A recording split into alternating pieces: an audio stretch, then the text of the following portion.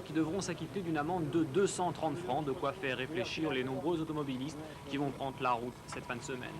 Pour ce week-end du 15 août, Bison Futé signale qu'il s'agit d'un week-end orange. Il est notamment recommandé aux automobilistes d'éviter la région parisienne demain après-midi entre 16 h et 21 h. De même, la circulation sera très dense sur les routes du littoral. Encore une fois, la sécurité routière recommande la prudence. Levez le pied, attachez vos ceintures, d'autant que les képis seront nombreux sur le bord des routes.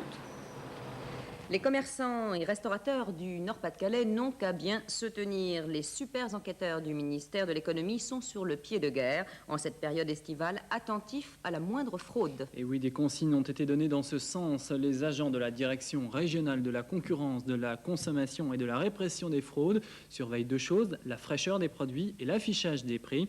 Région de prédilection pour ces enquêteurs, le littoral bien sûr, la Vénois et Lille. Isabelle de Lyon et Bernard Deron ont suivi deux de ces agents à Dunkerque. On appréhende toujours. Est-ce qu'on n'aurait pas oublié quelque chose? Est-ce que la législation n'a pas changé depuis l'année passée? Est-ce qu'ils seront sympas? Est-ce qu'ils seront plutôt pointilleux? On ne sait pas, quoi. Épouvantail pour les commerçants, ange gardien pour les touristes. Chaque matin, Jean-Bernard Villez et Michel Poli vont à la chasse aux étiquettes mal posées et aux produits pas frais. La cible du jour, un café-hôtel-restaurant. Le scientifique vérifie la qualité des matières premières et l'hygiène des installations. L'économiste contrôle la publicité des prix. Rien à voir avec le fisc, c'est une question d'information du client. En tout cas, rien n'échappe à leur œil averti. Les gens sont toujours dans le même local. Ils ne se rendent plus compte ensuite, à force de vivre en longueur de journée dans le même établissement, qu'il y a une dégradation continuelle. Et donc un agent extérieur, avec des yeux neufs, peut remonter un petit peu lorsqu'on dit que telle chose ne va pas. Quand on vit toujours dans le même milieu, on ne se rend plus compte de l'endroit dans lequel on vit, dans l'endroit dans lequel on travaille.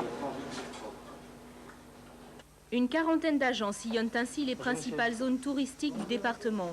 À leur actif en juillet, 224 contrôles. En cause principalement la chaîne du froid.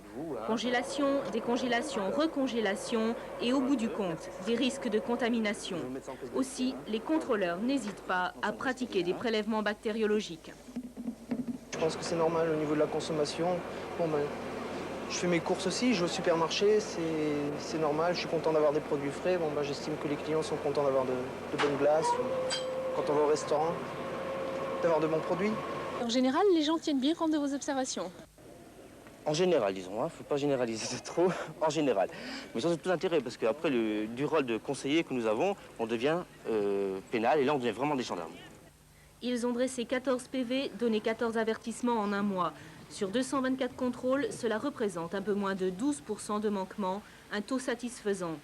Comparé aux années précédentes, les commerçants du Nord ont fait des progrès sur la qualité des produits, mais pas encore assez sur l'affichage des prix.